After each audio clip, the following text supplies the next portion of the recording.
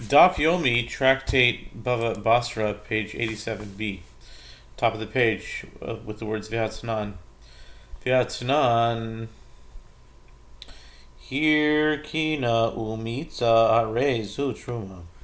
But didn't we learn in a Mishnah in Trumot 11:8? If one poured oil or wine of truma from one vessel to another and turned the vessel on its side and drained out the last bits of liquid inside, this is truma. It must be given to the priest.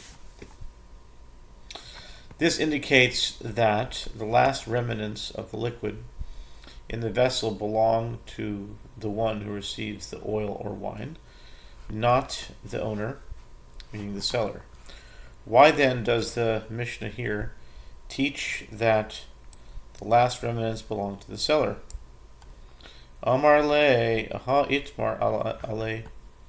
Amar Yevahu mishum Yehush bailim nagu ba. Rabbi Yitzchak bar Avdimi said to Rabbi Elazar, but wasn't it stated with regard to that Mishnah that Rabbi Bahu says, due to of the despair of the owner, the Yehush, who relinquishes his right to such a small amount of wine or oil, the sages touched upon it and ruled that any remnants extracted from the vessel belong to the seller. By contrast, with regard to truma, which is forbidden to non-priests, the despair of the buyer is irrelevant, and therefore anything that remains in the vessels is truma. Ve'achen v'ni eno chayav lehativ.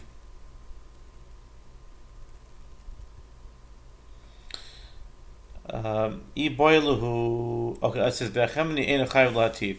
The Mishnah teaches that a storekeeper is not obligated to drip 3 drops. Iboilahu Rabbi Yehuda areshakoi ulekula odil maasefakoi ulechumra. Rabbi Yehuda says if the sale occurs on Shabbat Eve, as nightfall arrives, like right before Shabbat, one is exempt from dripping these 3 drops. A dilemma was raised before the sages. Is Rabbi Yehuda referring to the first clause of the Mishnah? And if so, his ruling is lenient, as the Mishnah states that one must drip 3 drops, and he states that on Shabbat Eve, one is exempt from doing so, or perhaps he is referring to the latter clause and is stringent, as the Mishnah teaches that a storekeeper is always exempt, whereas Rabbi Yehuda rules that this is the halacha only on Shabbat Eve. Toshima, come and heal. The Gemara answers, come and hear a resolution of this dilemma. Toshima, the Tanya, Rabbi Yehuda oimer el Shabbos im chashecha chenveni patu mipnei shechenveni taud. The Gemara answers, come and hear a resolution of this dilemma, as it is taught in the Braita, that Rabbi Yehuda says, on Shabbat Eve, at nightfall, a storekeeper is exempt, because the storekeeper is busy. This proves that Rabbi Yehuda was referring to the latter clause of the Mishnah. He exempts the storekeeper from dripping the drops only on Shabbat Eve.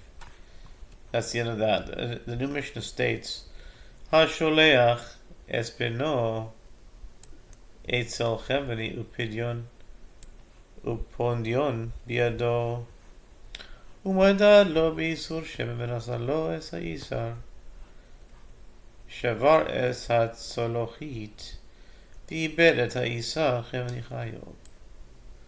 רבי יהודה פוטר שעל בנס כן שלחו ומודים חכמים לרבי יהודה בזמן שהצלוחית ביד התינוק ומדד חבני לסויכה שחבני פטור. With regard, the Mishnah says, with regard to one who sends his son to a storekeeper with a pundion, a coin worth 2 isar in his hand, and the storekeeper measured oil for him for 1 isar and gave him the 2nd isar as change, and the son broke the jug and lost the isar, the storekeeper must compensate the father as he gave the jug and coin to one who is not halachically competent. Rabbi Yehuda exempts him from liability, as he holds that the father sent his son in order to do this, meaning to bring back the jug and coin. And the rabbis concede to Rabbi Yehuda with regard to a case when the jug is in the hand of the child, and the storekeeper measured the oil into it, that the storekeeper is exempt if the child breaks the jug. The Gemara says, B'Shlom b'Yisor v'Shemen b'Hakamifligi b'Hapligi Rabbanan Savri Dadia Shadri v'Rabbi Yehuda Savar L'Shador L'Shadri Ela Shavar Tzalochit Aveda Midati. Granted, with regard to the Easter and the oil, one can explain that they disagree over this matter, as the rabbis hold that the father sent his son to inform the storekeeper that he needed oil, but did not intend for the storekeeper to send the oil with the boy. For this reason, if the storekeeper gave the child the oil, he is liable for its loss. And Rabbi Yehuda holds that he sent his son so that the storekeeper would send him back with the oil, and therefore the storekeeper is exempt from liability. But if the child broke the jug, why do the rabbis hold that the storekeeper is responsible for it? It is a deliberate loss on the part of the father, as he entrusted the jug to his young son, who is not responsible enough to care for it. Amrav Hoshaya hacha ba'abais mocher tzeloches askinan uchigon shinaz lachen v'ni almanas lebakero uchidishmuel de amar Shmuel anotel kli min ha'oman al menas lebakero v'nanas biyado chayam.